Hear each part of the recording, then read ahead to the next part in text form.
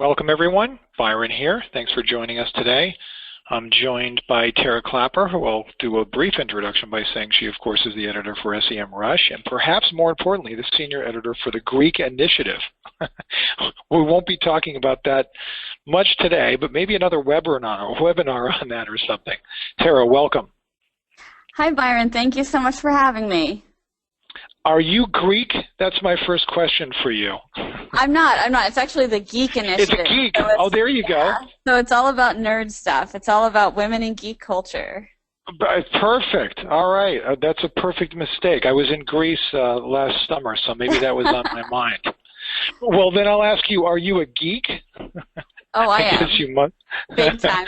I go to conventions. I'm on panels at conventions. I absolutely love it. Good for you. Well, it's an honor to have you with us today. We're excited to hear about your great presentation, how to create blog posts your readers really want. Just one more quick question for you. How long have you been an editor for the SEMrush blog so people can About a year and a half now. I've been in publishing for about 13 years and kind of made the switch over to marketing while I was still freelancing full-time and decided I wanted to stick with it. And working at SEMrush as the blog editor is the perfect combination of marketing and publishing. I wanted to just give everyone a quick few bits of information, some housekeeping, if you will. The good news is the webinar is being recorded. We always get at least 5 questions about that, so hopefully no more questions regarding that. Every webinar we do is recorded. But heads up, we'll be sending everyone a link that's registered for the webinar to view the recording and download the presentation. If you have any questions, send them to me using the question section in the right side of your control feature there, and follow us along on Twitter with the hashtag #RightOn, and you can reach out to either of us as we pedal our way through this presentation. So everybody knows who I am, so I'll move forward quickly. We do have some really cool things at Writer Access, of course, that everyone's in tune with. Translation continues to grow, very interesting new niche for us, and we'll be launching Content Strategists as a potential hiring category, very exciting as well, in about 2 or 3 weeks. We've been working on it for 2 or 3 months, but it's coming to fruition and we're getting there on that frontier. So very exciting news there to give our customers the access to content strategists. But more importantly, we already learned a little bit about Tara, and I'm going to turn it over to her in about 4 seconds here, but she'll tell you a little bit about herself. We're very excited. She's been doing a lot of speaking activity and a lot of webinars, and of course runs the blog. We'll put her to the test later and ask her, since she's taken over with her tutelage, how is the SEMrush blog done? So that'll be fun to ask her and challenge her on.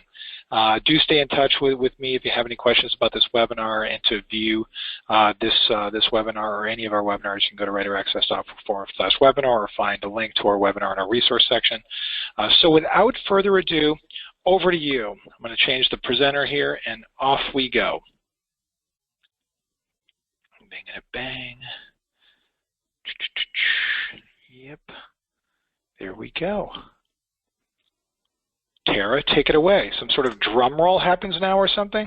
All right. Thank you so much. Hang on one second. Problem. Let me get back to the slide area here, and we will begin. Terrific. Captain America, nice. I do, of course I have. Captain America is my background. I'm just having a little trouble clicking through back to the screen. I don't see it yet, so.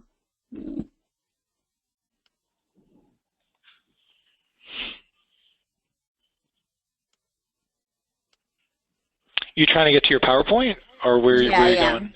Yep. Maybe just click on PowerPoint in the lower section there. Interesting. I am not seeing it at all. I could pull it up on my drive actually and just run it through that way. It might be faster. We'll do that really quick. When you click on PowerPoint, it doesn't show up? No, I'm not getting anything over here. I'm just seeing show. I was thinking on your bottom nav. Yeah, click on that, and that would at least get you you can go to File and then Recent, sort of opening, go to File up top and then Recent. There you go. Yeah, well, I had it in Drive, so I was just gonna, okay, got it. Yeah, I did it in Google, so I'll be got it. Okay, here. no problem. Take your time. Window.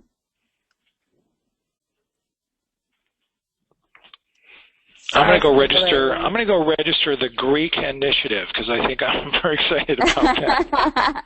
That sounds good to me. You can become our editor of the Greek initiative.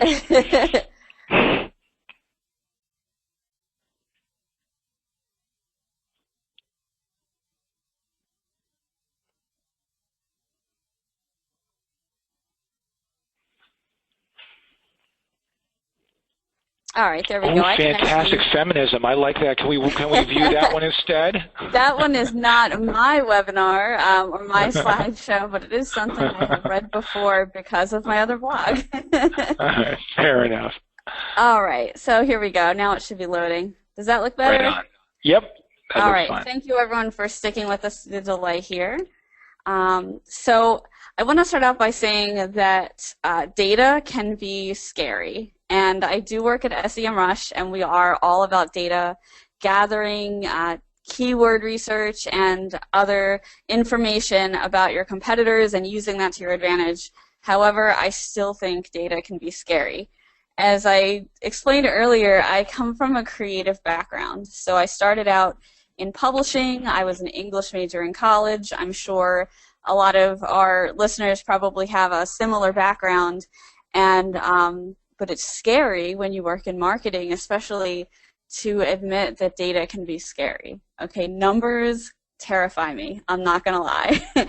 I was a little hesitant when I started working here to really get in and use SEMrush, but then when I realized how I could use it to help the SEMrush blog as well as my own blogging efforts, I really started enjoying it because when you're dealing with words, it's a little different than numbers, and I find it a little bit less scary. So we're going to focus on some things that you can do as a creative, and I promise it won't be scary. It's very actionable, easy to follow, and it's not just like a pile of spreadsheets, because that stuff scares me too, and I don't want to teach that way because I don't like learning that way. So if you're already a topic expert in your area, there's a lot that you already know. There's a lot of information you have at your fingertips. And the first thing you really need to do is just kind of take stock of what you know. And this is especially important if you're founding a new blog and trying to seed that new blog with your first 5 or 10 topics or so before you launch. So you probably already have a good idea about your readers' favorite topics, where your readers hang out online, and what they're looking for. And if you're especially lucky, you fall into the demographic or to the buyer persona of the very blog that you're running. So here at SEMrush, I fall somewhat into the demographic of the blog I'm running. Most of our users are male, so sometimes I'm talking to my male coworkers about what they do in their free time and what interests them, because I want to make sure I'm kind of hitting the right demographic with our content. For the Geek Initiative, I am the demographic. It's about women in geek culture. So, I'm pretty keyed into those topics, but I'm still always having conversations about it because nobody learns on their own. No one learns in a vacuum. They learn about cool new stuff by talking to people. And so the first thing is just kind of keep your ears open in your community. Just kind of do what you do. Go and hang out on forums. Talk to people. Do that kind of thing.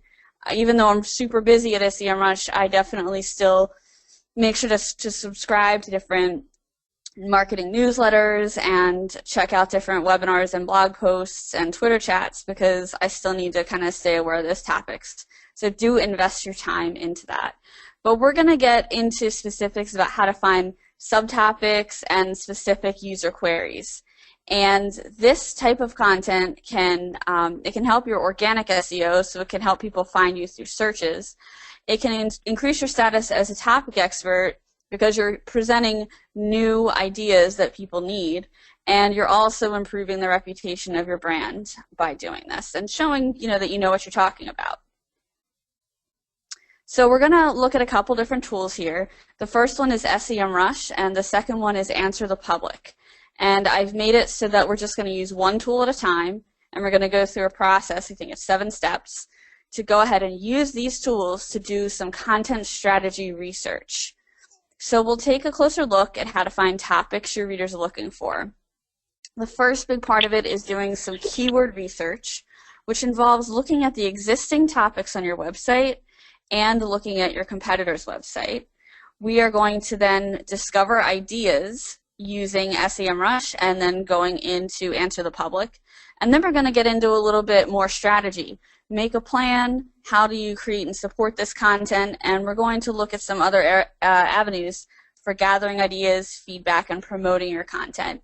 And in that portion, I'd actually love to get some suggestions and ideas from the audience and also from Byron, because there are lots of great ways to get your content out there. So like I said, data is really important, but it can be scary. And you're a topic expert. So I don't want to discount the importance of being intuitive. I mean, I know you don't want to go out there and create a bunch of fluffy content or, you know, have a completely uninformed strategy for your blog, but I often find that my articles that perform the best, both in marketing and within geek culture, are intuitive. So I'm really excited about a new social media tool that's coming out. Or, hey, there's a new convention coming out. Those things, if they excite me that much, and there's already a slight bit of buzz about it, that's kind of like, I'm not going to take my time researching the keyword popularity, especially if it's really new. I'm going to kind of just jump on that and be intuitive and start writing about it. Quick question for you, Tara. Yeah. Why are keywords important? Why are keywords important? Well, there's a couple different reasons. The primary one is if you're relying on organic search traffic, in other words, what people are searching for in Google and other search engines, that helps you get found. So if you have very informative, genuine, helpful, keyword-rich content, that's going to help people find you. So we're going to look at how to find the right keywords to make sure you're talking about the right stuff that people are actually looking for, because Google, above all, really wants you to help people find what they're looking for. If you can't do that in a genuine way, then forget it. You're not going to make it on the first search engine results page. So keywords are important to helping you get there. And, you know, in the past, there was a lot about, keyword strategy was more about, oh, you just need to kind of play the search engine, rank in Google, and as long as you like stuff your content with all these keywords, you'll get there. Nowadays, it's really more about helping the user. Google wants you to be helpful. Google wants you to be local if your business is a local business. Google wants you to be relevant. So more of the strategy is shifting towards useful content. Sure, keywords are still important. You obviously want to include your keywords and related phrases in your content. You still want to have, you know, meta tags and some nice images, even better if you have some video in there. But keywords are still essential to getting people to your content and in the door to your business or subscribing to your blog or whatever your objective is. I'm going to give you a quick spin on that because I think that the times are changing, and it's really cool for writers in particular on the line here to hear this. So my answer to that is a slightly different, and it's actually a couple of words that you have on this page. It's gaining access and using keywords to gain access to new and interesting topics. I think that language itself is changing. I've always imagined that Google has an entire building full of PhD linguists, right, that are studying language all day, every day. Finding topics, I think, is how keywords should be using, and ironically, I think that's how you're starting this out here. You know, the days of, you know, writers particularly are fearful of, you know, this notion that they have to ruin their content and their sentence structures and their stories by jamming keywords in. Those days are gone. Aren't they gone for you, even in your roles creating content? Or is keyword stuffing just out of sight, out of mind for you right now? Certainly you want to be guided to the key topics, but it's really more use keywords to find good topics. Do you agree with that? Yeah, keyword stuffing is definitely a thing of the past. You know, I still think there's a little bit of validity to keyword density, but only in a support role. It's there to help Google realize that the content you're creating is relevant. What's more important is providing content that helps the user, and that's what Google is really measuring and evolving itself to measure. It wants you to provide content that's useful to the user. Awesome, thanks. So, like I said, data is important, but as our conversation just exemplified, being intuitive is also extremely important. You know your audience, and that's a really great starting point. So I would actually recommend starting with a list of your instincts. What do you think your users want to read about? And if you're the one writing your blog, I know what it's like to be in charge of a blog and wear all these different hats. You're going to burn out as a writer if you're not writing about things that genuinely engage you as well. So making sure that you're always blogging about, or usually blogging about, topics you really enjoy is another helpful way to maximize your productivity and give people the information that they want to know. So start with what you already know about, what you're interested in, because you'll be naturally curious about it. And that's going to lead you to look up this information in Google. And don't forget, even though we have these really awesome fancy tools, Google search is one of the most useful tools there is. So if you want to know what people are looking up about any given topic, you know how it is. You can type it in the search bar and it's going to suggest things for you. Especially important if you're doing anything local. So start with, you know, the keywords that you think. Like, don't even open a tool, just make a list. Even if it's just on a piece of paper, start there and then build on that. So once you've done that and you have your own list, set that aside and make sure that you remember to look it up in SEMrush later, because those are really valuable, and you might be getting at something that the search engines can't tell you, that SEMrush can't tell you. So SEMrush is a tool that we do offer a premium service, but you can actually do a lot with a free account. It just limits the amount of searches you can do. So if you use your free account regularly, it may be all you need. You might need to upgrade, but I can give you a promo code at the end of the presentation that will help you get the most out of a premium trial, so you can just get a lot of data out there at once and use that for a while. So to begin, we're going to use a website also in geek culture, actually, called the Mary Sue. You might have seen it before. It's owned by Abrams Media. They do a pretty good job with their keyword strategy, which I really only know by looking at it in SEMrush. I'm really fascinated with the kinds of things that they rank for. They're also a website that operates in the geek culture space. So you're going to see a lot on here about superheroes and stuff, and we'll get into that a little bit later. We're going to use She-Hulk as an example because she's super fun. So to begin, you want to head into SEMrush, and if you don't have an account yet, it'll ask you to sign up for a free account. You do that, you get in there, and then there will be a big search bar at the top of the page. You just type your domain name into the top, and it's going to give you a nice overview of your website. And there's a ton of information in SEMrush, a ton. Well, we're focusing on keywords and we're focusing on keyword strategy. So right now we're just going to look at that part of this general report. At the top, you're going to see the organic keywords. And then at the bottom, you're going to see the main organic competitors. So it's showing you both the keywords that you're already ranking for in Google, as well as the other websites that are also ranking for the same things. There's even a little map down here on the lower right that will show you a visual representation of who's ranking for the same keyword. You can also get some more information about how many backlinks your site has, where it's coming from, who's ranking to you, and in a big picture way, you're going to want to explore those, because those sites that are linking to you probably also produce some content that your readers would like. So that's another good source for topics. But right now, we're focusing in on these specific keywords.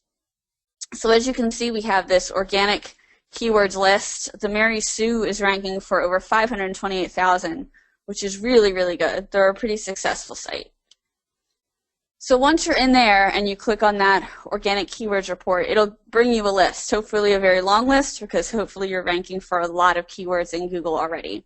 And again, these are organic keywords. So this shows what keywords you're ranking for in Google. And looking again at the Mary Sue as an example, the top two here are actually branded keywords. Of course, someone might be looking for something else or someone else, or even the trope Mary Sue, but those are leading them directly to the Mary Sue site. That's always good if you have your branded search traffic in the top result.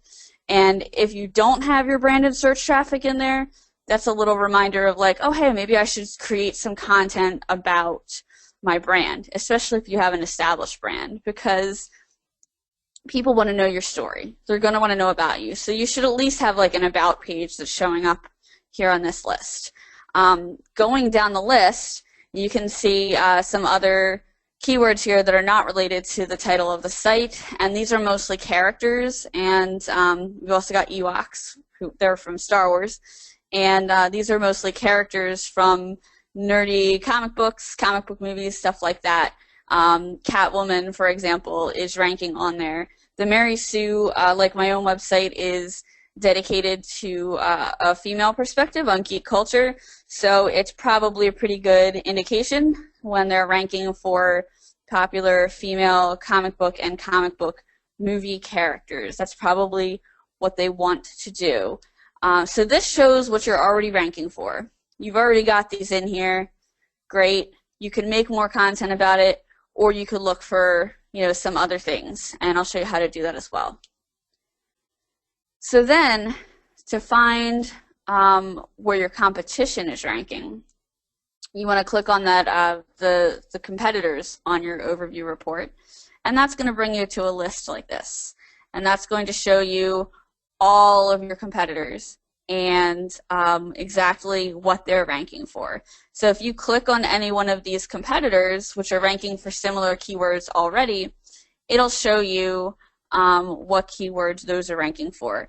Now, you might have to go off of SEMrush to do a little bit more research on them. If you didn't know anything about any of these sites, for example, or you didn't know much about them, or maybe you're just a keyword strategist working on a campaign for the Mary Sue, you might need to just go to these websites in your browser and take a look at them.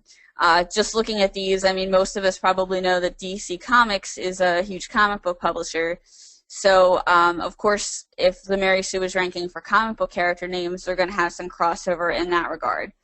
Some of these other sites, like Nerdist, for example, they cover geek culture also. So that crossover is in more of a coverage of the culture format. So there are some nuances and variations in these, and I'd recommend taking kind of a broad look at this stage about keywords. And if you don't know anything about these, that's okay. Sometimes you'll get a competitor coming up and you'll be like, never heard of them, what the heck, what are they about?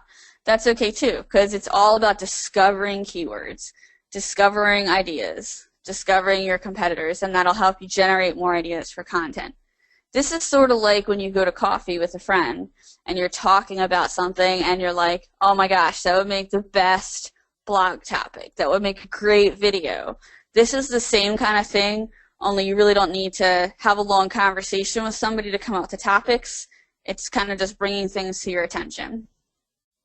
There's another tool within SEMrush called SEO Ideas. It's pretty new, and what that does is it actually looks at the different pages on your site that are already up, and it will tell you that Google suggests such and such page as a landing page. And it'll even suggest new landing pages for you. So for example, if the Mary Sue is ranking for Catwoman, SEO Ideas is going to tell you that which pages or which page it recognizes as a landing page. And you want to be a little bit deliberate about this, because if you're trying to get people to sign up for your mailing list or you want to sell them something, you want to make sure that they're getting to the page that A, is most informative and answers their question, B, it's updated with the latest information about your product, or in the case of the Mary Sue, maybe the comic book character.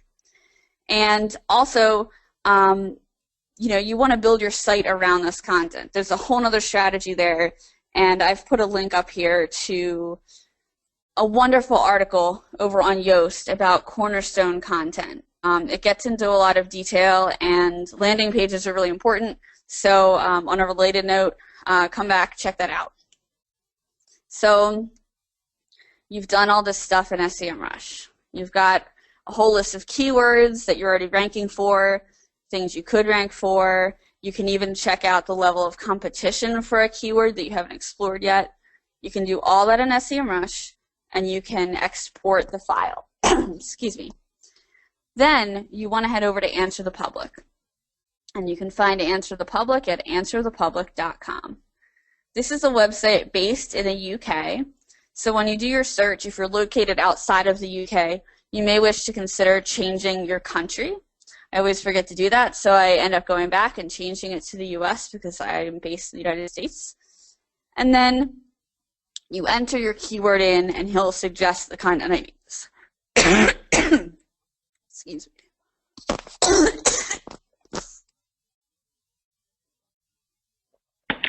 We all hope you're okay, Tara. I am, thank you. No problem. Get some water. Take some time. Hopefully you have some water in front of you. Perhaps a gallon. I think a gallon might be required in this case. I do. 1 moment, please. Sure. Go get some water. Take your time. A couple good questions came in that I'm going to dive into while Tara's getting some water. One, Kate had asked, what does she mean by geek culture? We talked about that. I thought it was actually Greek culture, to further embarrass myself. So, but that's what Tara has coming up with. Somebody asked a question, what if you have a website with products that have, and you have no knowledge of those products, hence you're not an expert? I did a long explanation for David saying, well, you got a couple of choices here on that one. Number one, you can hire writers that are experts in those topics. Number two, you can hire writers that write about what those products and services do for people, which is personally what I think blogging and creative writing and informational writing should be all about anyway.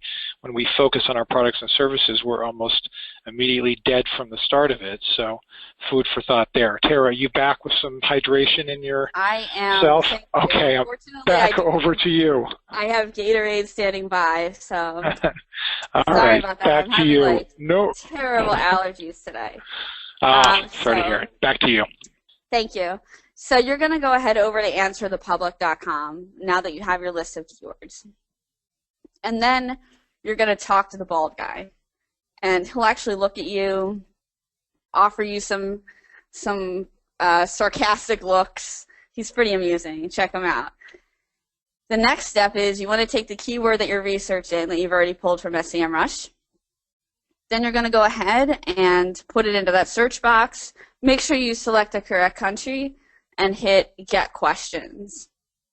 Now, Answer the Public is going to reveal to you, through data pulled from Google, what people are actually looking up in Google about that topic. It's kind of like Google search. I mean, when you put something in Google search, if I put She-Hulk in Google search, it's going to tell me a few suggested things that people look up about Google.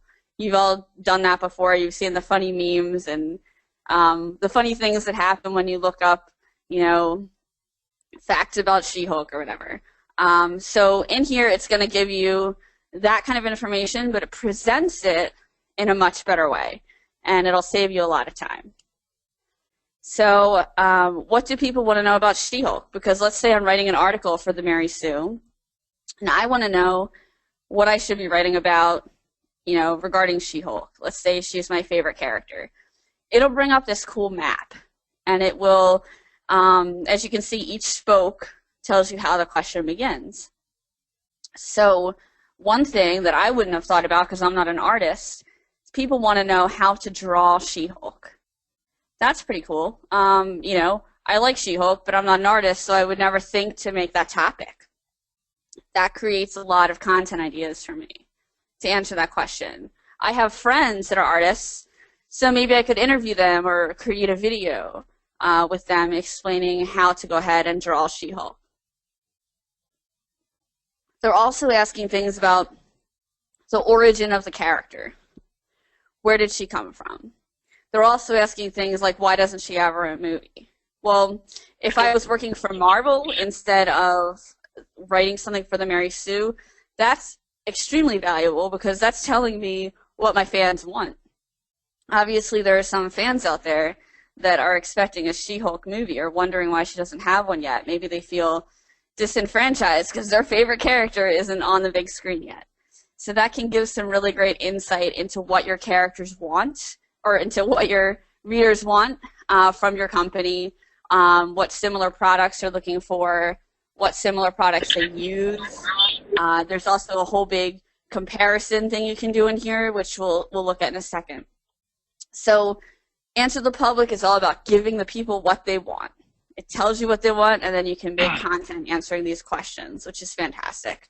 Specifically, I'd recommend using these exact queries within your content. So you might not make an article called How to Draw She-Hulk, but you might create an engaging article title like Draw She-Hulk in 7 Steps.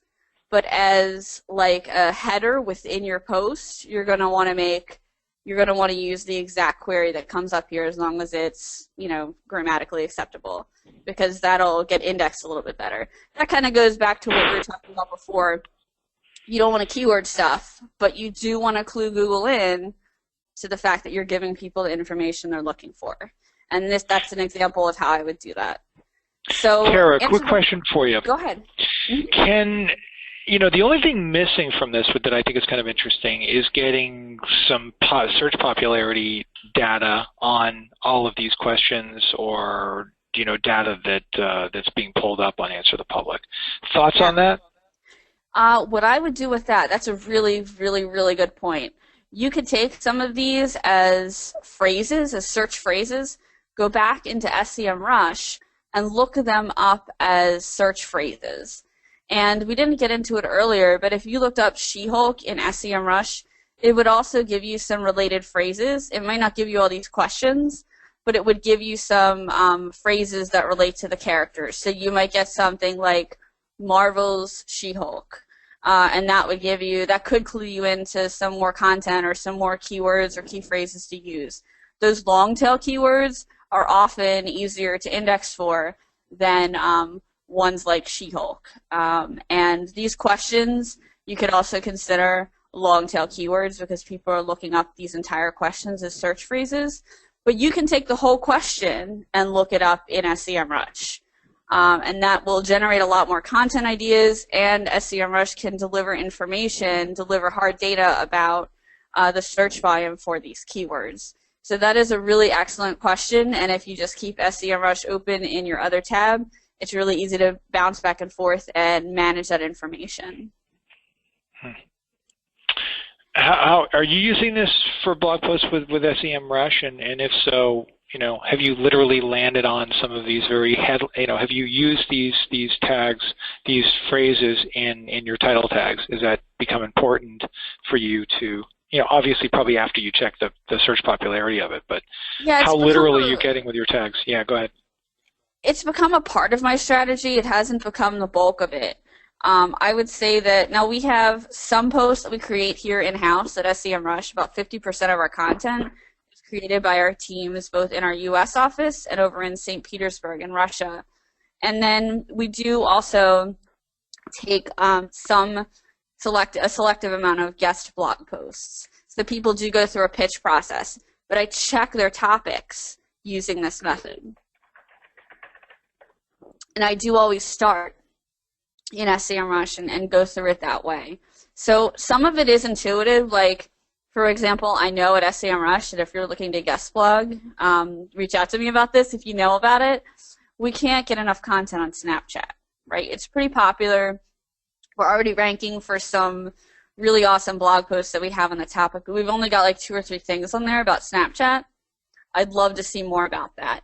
And the way I know it's in demand is not only the way that the current blog posts they are performing, but by looking up the keywords in SEMrush.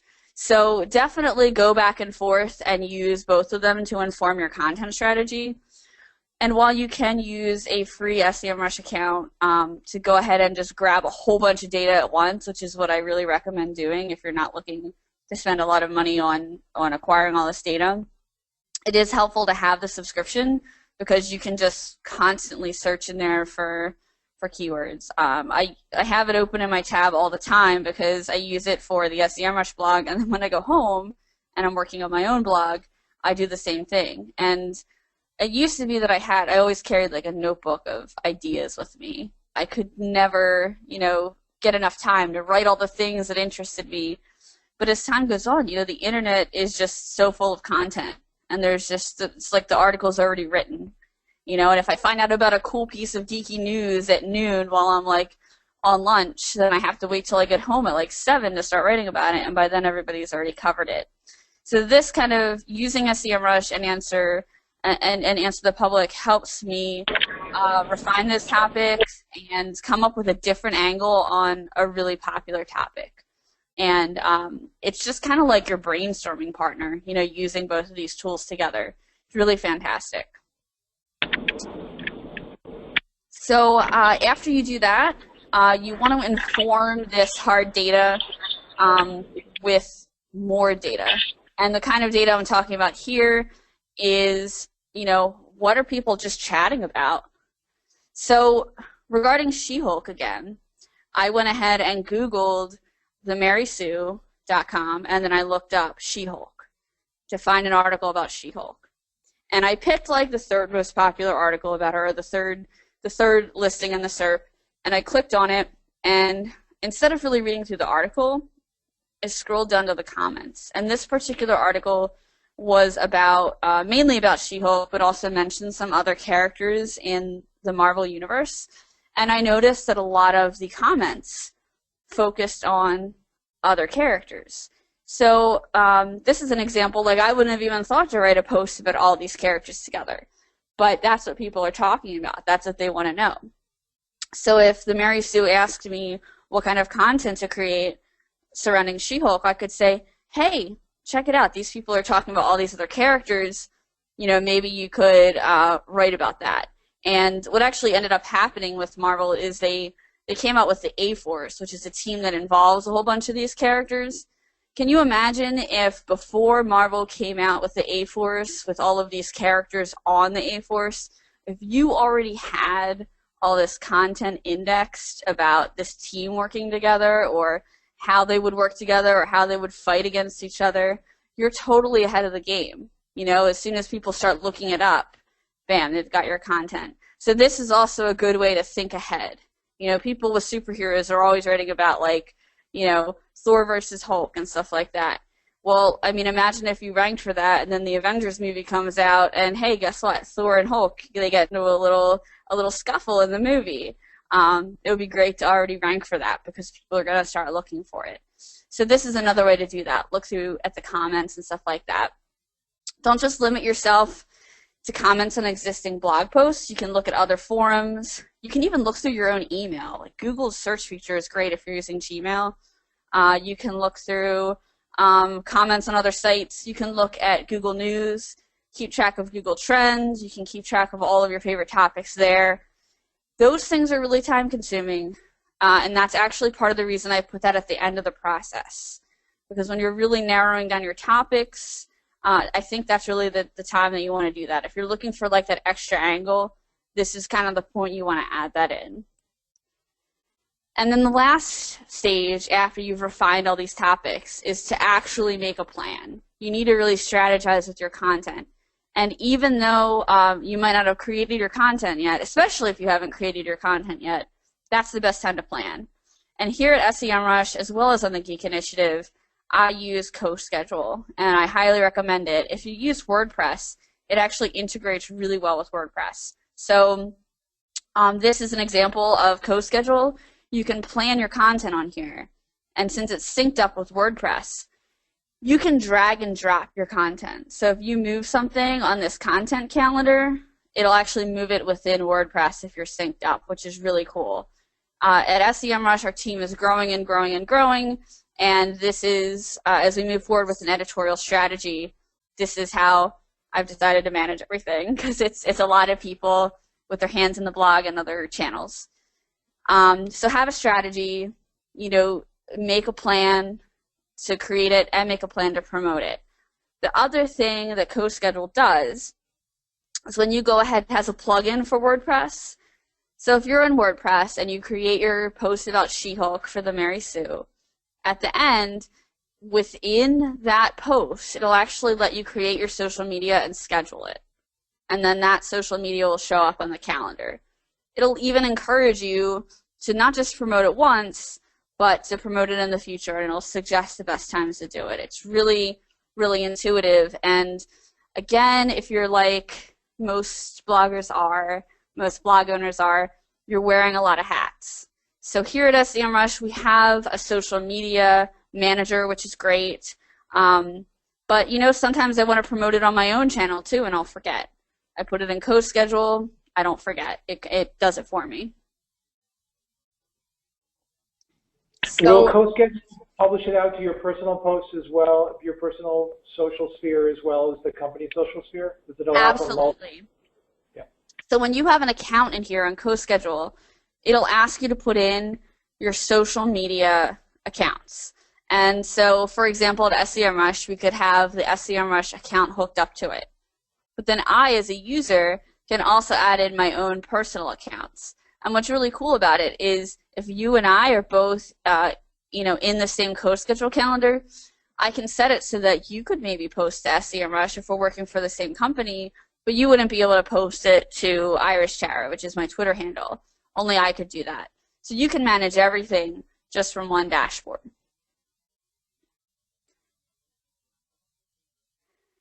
And then the last thing I really wanted to mention about how to use these tools together, you can't fully integrate them. They're two separate tools, but they do both provide the means to download and sort your data.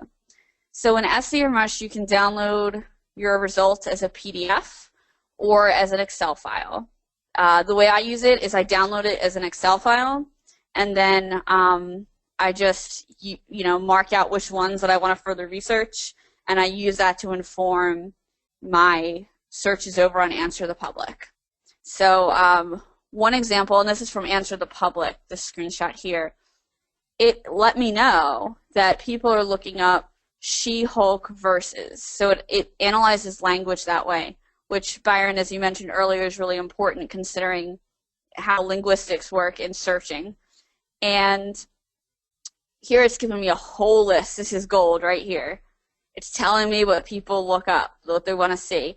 They want to see She-Hulk versus Batman, right? If I'm stuck thinking about just like Marvel characters or just female characters, I'm not even going to be thinking about Batman. But apparently people want to know how she'd stack up against a character who's in the DC universe who's male. So it's getting me outside, what I'm already thinking. And it's something that might still work for a website like the Mary Sue.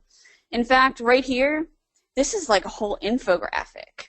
I mean, DC and Marvel both have Wikipedia, type sites all about the power levels of these characters. So it would be really easy to use that data to make an infographic to answer the question, would She-Hulk beat Wolverine? Well, according to the official power level chart that Marvel produced, here you go. I mean, think about the amazing infographic that you could make with that kind of data. And this just gave me, all that information just from one simple search in Answer the Public. I'm wondering how you're sorting that data. If we can go back to that for 1 second. Mm-hmm. What's the sort? The Power Girl versus She-Hulk is what's throwing me off there. Yeah. Why is that? Yeah. Could you answer that question? That's how Answer the Public presents it. I haven't done anything within Answer the Public to sort that data. This is just kind of a screen grab from the results. I'm not actually sure why it puts Power Girl before She-Hulk. It might suggest that that's just the way people are searching for it, but I'm not really sure on that particular answer. But it does let you sort data a little bit in Answer the Public and download the information. So, but that is really kind of interesting and worth noting that it put the other, the other character first right there. Mm-hmm. I get the download, but yeah, so how would you sort that?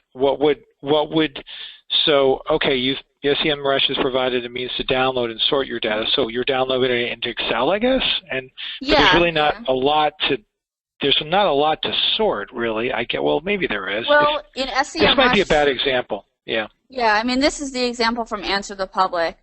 In SEMrush, you'll get a lot more data with these keywords. So you can search it by like keyword popularity, keyword competition level. There you go.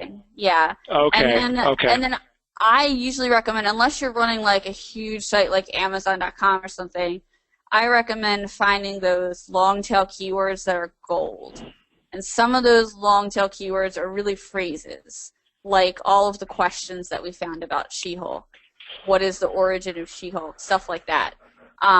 Those are really gold for a smaller, medium-sized website, because if you can produce, the best content for that, the most informative content, that's the easiest way for you to go ahead and rank on the first page of Google in organic search traffic. So one more quick question, because it's so critical. So if you've got an account with SEMrush, you can download the data from the public. Is that an API integration, by the way? That's my first question. No, or is it just it's a download and then it's an export and then an import, basically?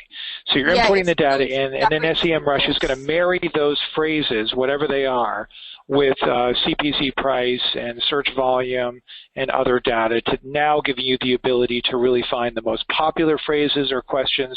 That's the point you're making here, I think, right? Yeah. Now there's still two entirely separate tools. They're not integrated. They just complement each other extremely well. I don't think you can upload anything into Answer the Public. You need to kind of look at everything one at a time. Export it. Yep. Yeah, you can upload like bulk keywords and stuff like that into SEMrush, so you'll have a little bit more flexibility there if you decide you want to look up or track 100 keywords at a time. Especially if you use the promo link I'm about to provide, because that'll take away some of the limitations that you'll find in the free account.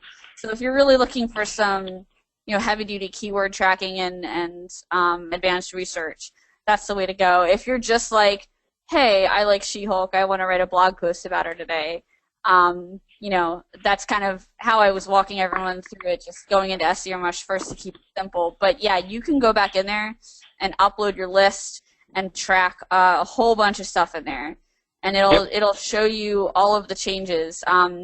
It's great to use in conjunction with like industry information and trends. For example, like I'm on Marvel's press list for my blog. So, you get a little indication about what's coming up, what comics they're putting out.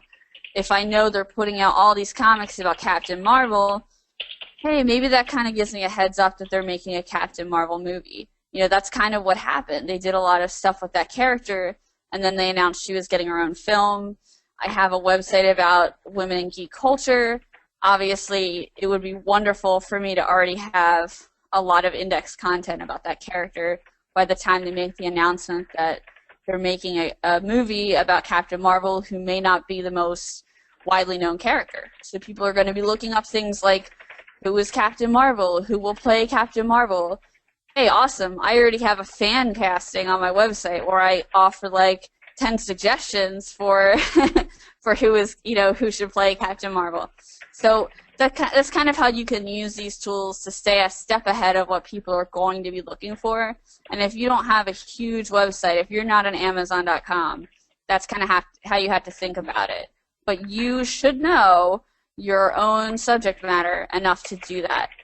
If you don't, because we got that question before, what if you're like working for somebody and you don't know anything about She-Hulk? That's okay. Consider that your starting point. You're going to be asking questions about She-Hulk that I, as a comic book fan, probably wouldn't even think about. And some of the people that your client might be looking to engage, are probably people who also don't know a lot about this character. You know, she's not Captain America. She's not the most popular character they've got, right? So in that regard, your lack of expertise is actually going to lead you to research in a different way than my expertise might lead me to research. And that's actually a really important asset. So don't think of it as something to be super intimidated by. Go ahead and think about it as an asset that you're going to be searching for the same stuff that somebody else brand new to comics might be looking for. And knowing a lot about women in comics, that's really valuable because that's kind of the state of things right now. And that can apply to any industry. You're probably going to get, you know, a client who wants new customers who maybe don't know a lot about whatever it is you're writing about, and that perspective is actually pretty valuable. Just make sure once you do the research and once you really get into it, you're providing them with some fact-based information that's going to be really valuable to the new consumer. We had a question on how often do you research? Weekly, monthly? Do you allow wiggle room for breaking news? Yes, I'll answer the last part of that first. I always allow wiggle room for breaking news, especially with the SEMrush blog, because like big social media news, for example, just tends to be huge. And one thing that I wrote on the SEMrush blog was when the Facebook reactions came out. It was like pretty much a surprise. No one really knew what was going on. They started testing it like the day before, and then when it rolled out, people didn't understand how to use them. So I just went on Facebook for a half an hour and looked at how my friends were using these, looked at how I wanted to use them, and then I'm not an expert on Facebook reactions, right? I'm just on Facebook a lot. So I blogged about my experience, and I told that story. And that's kind of like a good example of how to leave room in your schedule or even in your day to go ahead and investigate those topics. So yes, always leave room for some breaking news as long as it's appropriate for your site to cover it. And I always leave room in the schedule too, because sometimes I'll get a guest contributor who's like, hey, I'm a Facebook expert and I can give you a deeper analysis of what this means. Or maybe I'm a psychologist and I can tell you how I think these Facebook reactions are going to affect how people interact on social media. That's really huge. Like, I don't want to say no to that. That's awesome. So leaving that in there and kind of being open-minded is helpful. Using CoSchedule is, again, really helpful because the team in St. Petersburg, even if I'm not in the office because we're in different time zones, they can go in there and see that I have a slot open, you know, next Thursday at 1 p.m. So if they have content, it can go in there. If there isn't a slot open, they can email me and say, you know, hey, this breaking thing happened. I have a post idea. So being open to that is important. Whether you need to cover breaking news or how much you need to cover depends on your topic and your industry, really, and also your resources. It's not always easy to do, but that's something I do, and you can do like a quick keyword research for it. I did a blog post recently in which I mentioned that one thing I learned about spinning content, which, you know, isn't like the best practice nowadays with, you know, with giving people what they want instead of just the same old, same old. But one thing I really learned from Examiner.com, which just shut down, is that you don't want to post the same stuff everyone else is, right? So if they're talking about She-Hulk, like if they announced a She-Hulk movie tomorrow, I don't want to put on my medium-sized website about women in geek culture another announcement about a She-Hulk movie. Every website has that. But maybe what I could do, like my friend Isabel is a super huge She-Hulk fan. I would reach out to her and say, Isabel, they just announced this movie. You've been reading She-Hulk comics for 10 years. Could you write me 500 words on what this means to you and why you think it's important that there's a She-Hulk movie? Because that's where the storytelling comes into play. Now we have a story that CNN might not have. You know what I mean? Even though our site's a lot smaller. And that's really essential. It's really essential to making your audience feel like they have a home in your community.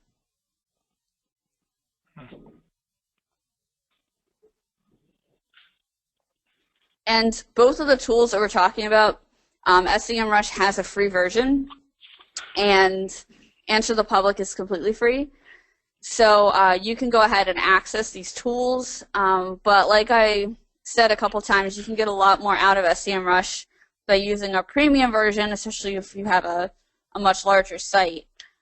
So go ahead and use this promo code to actually access SEMrush at the premium level and you have access to more data.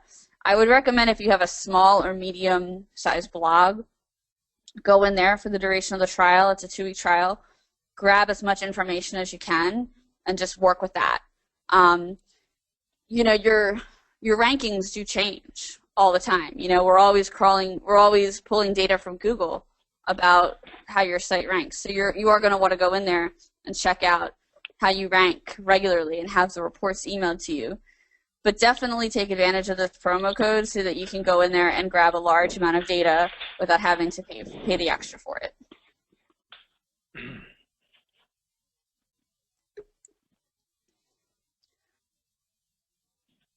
And that brings me to the end of the presentation, and I'd love to take some questions or have some further discussion about how to do this.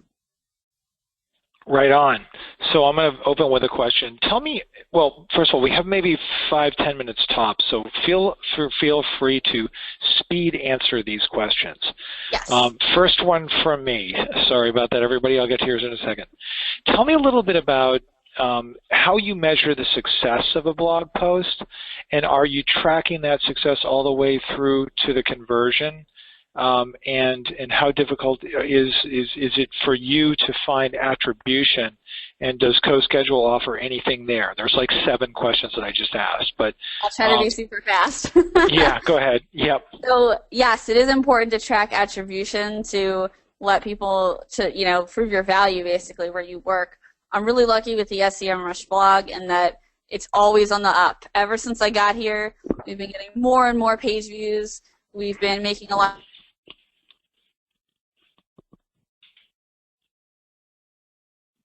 blog. So I always have good numbers, right? It's always an upward graph. But attribution is super important. Here at SEMrush, we actually have an analytics team that handles that, which is like every blog editor's dream. I don't have to be like swimming in numbers all day. I can actually focus on the strategy of the blog and researching keywords like I just showed you how to do. But you do want to kind of get in there and get super familiar with Google Analytics and with attribution strategies. CoSchedule doesn't have anything like that yet, but it is integrated with Bitly, so there is a way to track it that way. You can do, like this promo code I have on the screen right now actually is tracked through Bitly. So if you go ahead and sign up for a promo account using that code, it'll register in our database as, hey, this came from Tara's webinar on Writer Access. Gee, if we ever get the opportunity to do another webinar on there, that'll be great because we'll be able to sign up, on this channel. So attribution is important for reasons like that. I can't lobby to do another webinar about blogging unless I can prove that it has some value and that it's a good use of my time. So attribution definitely important. If you don't have the advanced tools, use things like Bitly. That's what we do here. Okay, you only have 15 seconds for this answer from this question from Kate. What are some of your favorite marketing newsletters that you subscribe to? Favorite marketing newsletters, HubSpot and Search Engine Journal. Cool. Someone had a question about, is there the famous question, is there an ideal word count range for successful blogs, or is the quality of content still king? What's your take on word count? Okay, word count. I'll try to keep this one short too. Word count, people are actually tolerating longer word counts. They're interested in more in-depth pieces about more specific subject matter. That said, break it up. Make sure you keep using short paragraphs. Make sure you keep using your H2s, your internal headlines there. And video, short video, medium-length videos. Break it up. Even if you're not creating your own video, I'm not a video producer, guess what I do? I either have the team create it, or I find another informative video and I embed it. Video is everything. 700 words and up for most subject matters, but people are going into the thousands now. Good one. Somebody had a question about your definition of long-tail keywords that are, quote, gold. How are you determining the gold nuggets as you're looking for long-tail keywords and then to start using Answer the Public? I'm using first I'm taking a look at the size of the project I'm working on. So, for example, the SEMrush blog, I know how much traffic I'm getting. Then I'm looking at the keyword within SEMrush to determine the competition level. Most of the time, if I'm blogging about something like SEO, there are so many blogs about SEO, and they're all written by search engine marketers. So, yeah, we probably rank for that, but I'm not going to try to get SEO. I'm going to try to get SEO and some other kind of strategy or a specific SEO strategy, and those are the long tail keywords I'm going to look at. So it takes a little bit of expertise on the subject itself, and it takes a little bit of instinct, but I'm also looking at the keyword competition level in SEMrush. Where do you think blogging in general is going? Are we going to begin reverse engineering what people are interested in reading? Are we going to see the next tier of what we write about? I know you talked about that a little today, but are you really reverse engineering success for the most part?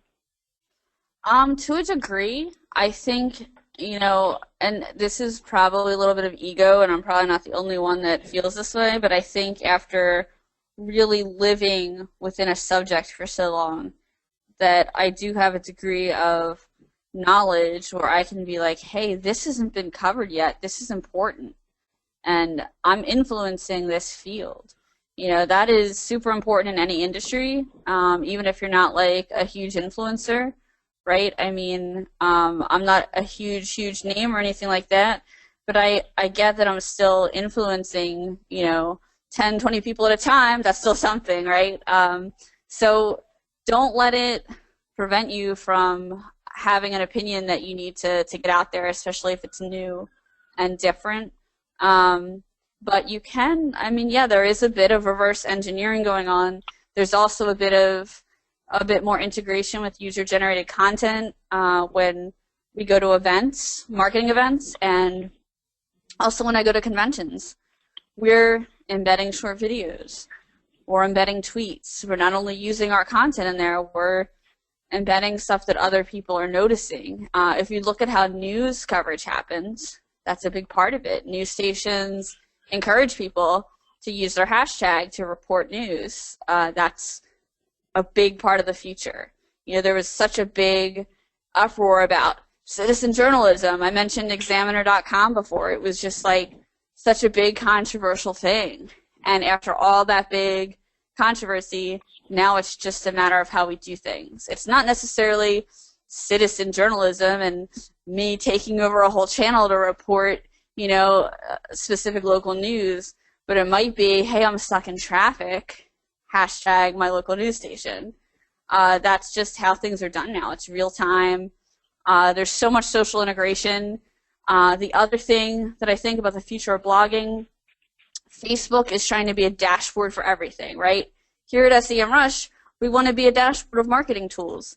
Facebook is trying to do that with everything. They want you to do like your email, your messaging, your phone calls, your articles, sharing content, all without leaving Facebook. They don't want you to go away. So the way that you can produce content on Facebook now, both with the new notes and with instant articles, keep an eye on that because that's everything. I mean, Facebook Live came out, and now everybody's saying that Blab is going away.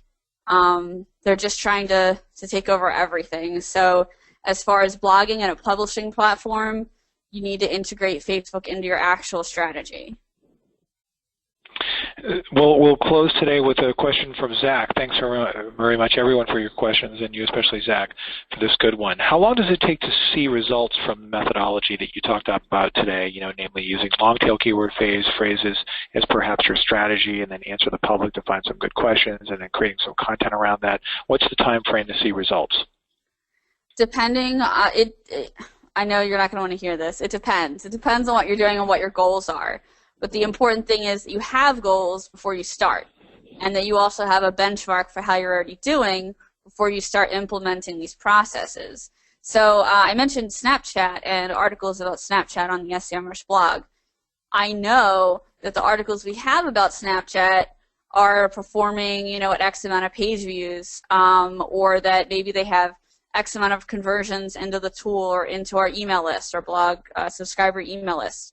So I can use that as a benchmark to determine the success of the next thing we publish about Snapchat.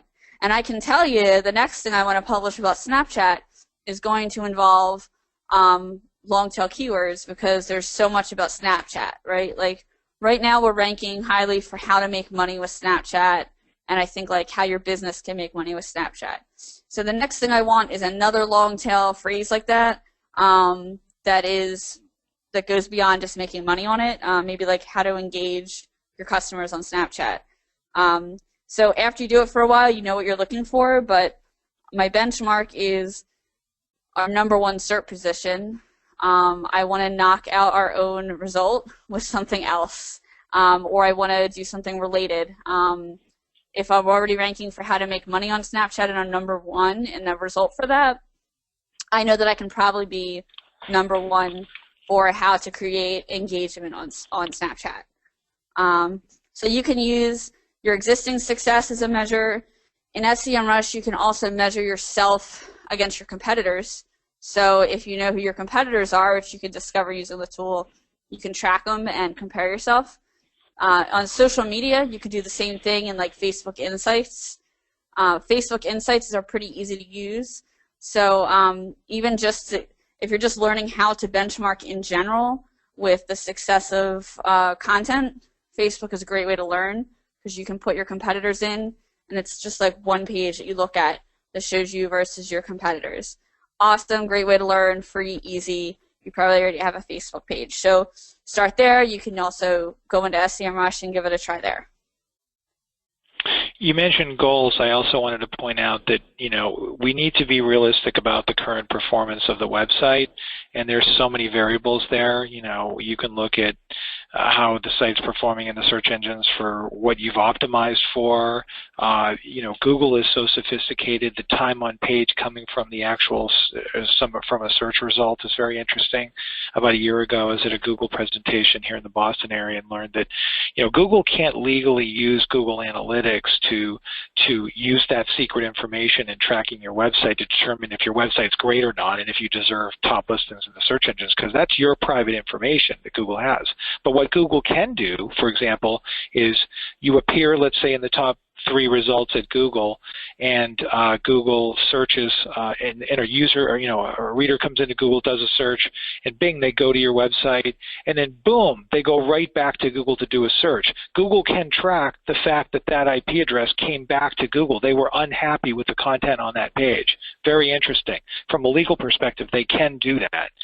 And Google is obviously, you know, it's funny, Google makes a big deal out of scraping, right? And I remember that Raven Tools, made a big deal the other day. They shut down all their organic listing positions tracking.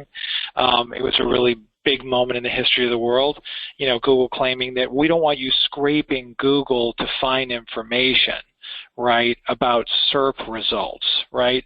And I did a great webinar with some savvy people that chimed in and said, what? Google's the biggest scraper in the world. And another example of that is, you know, Google's clearly scraping the social sphere, Facebook included, to say, what are people sharing? You know, what are they passing around? How popular are things? How many likes do they have? So there's so many variables. That's what makes this industry so fascinating. I'm sure you'd agree with that and find as much fascination as I do, being the geek that you are. Yeah, definitely. Like, that's why I stress keeping your instinct as part of your strategy. Mm-hmm. Like, these tools are great. You know, I mean, I use SEMrush all the time. I work here. I have full access to all the bells and whistles, but it's not something you can use to its fullest extent without instinct.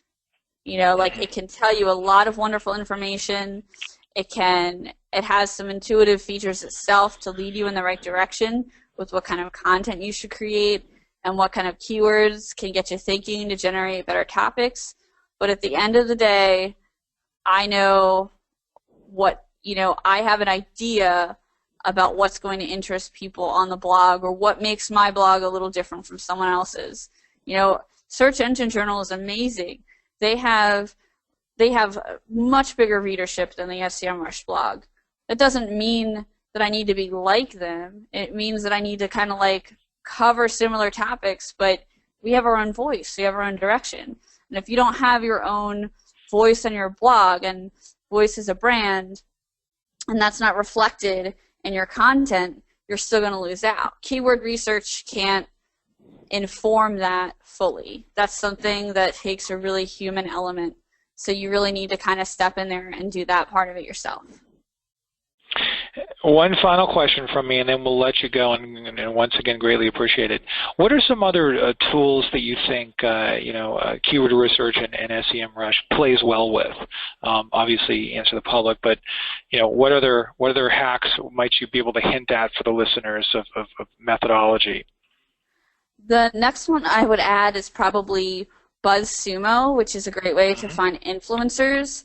And it goes really well into another point that I wanted to make. We have a new advocacy program here at SEMrush. And advocates, influencers, ambassadors, those are all really important resources to use if you're able to devote some of your company resources to it. And our community manager, Kathleen Burns, has done a great job of getting that off the ground. But the advocates suggest blog topics to me. So I'm not even doing any work. We're just putting a thing in the program, and then they respond to it, and they get points and rewards, and they're super happy, and they're giving me content ideas. They're telling me stuff that I'm not exposed to every day. So, reaching out to those influencers is an awesome way to not only get your message out there and to have an exchange with somebody who's really influencing your area of expertise, but you're going to have some great conversations with them, get some amazing ideas from them, and don't be afraid to do it publicly too. Find someone on BuzzSumo, research those keywords in SEMrush, look them up in Answer the Public, find out what people are talking about, and then engage with the conversation, engage with an influencer in public on social media about it. Be upfront about your level of expertise on the topic. Maybe you're new to it, maybe you're an expert, but you can use those tools to inform the arena for discussion. What are people talking about concerning that topic now? And that can really help you out. It can help you net some influencers, and it can really help direct your content strategy. Great stuff. And just as a follow-up to that, have a listen to a great webinar I did on December of 2015 last year with Steve Rayson, the director and the founder of BuzzSumo. Really great webinar. He did a webinar with us on how to go viral, lessons from the most shared content in 2015. And he walks through the top categories and why he thinks they were successful. Really, really cool webinar. You can find that on writeraccess.com /webinar-archive. Good stuff there. Tara, great having you on today. Thank you so much for being with us. Thank you so much for the opportunity. And again, I hope people take advantage of the promo code that's on the screen. But also, if you have any other questions about blogging, I know it's a little controversial that I think, that there's a big level of instinct that's still involved in creating content. But when you think about other components like the importance of storytelling and really making that data and making these trending topics your own and putting your own voice in there, you really can't deny that instinct plus data will equal success. So if you have any further discussion or any questions, please reach out to me. Twitter is a great way to get me. I'm just at Irish Tara, all one word. And I look forward to hearing from you, and thank you so much, Byron, for this opportunity. Super, everyone. Thanks again, Tara. Look forward to next month's webinar. Thanks, everyone. Thank you.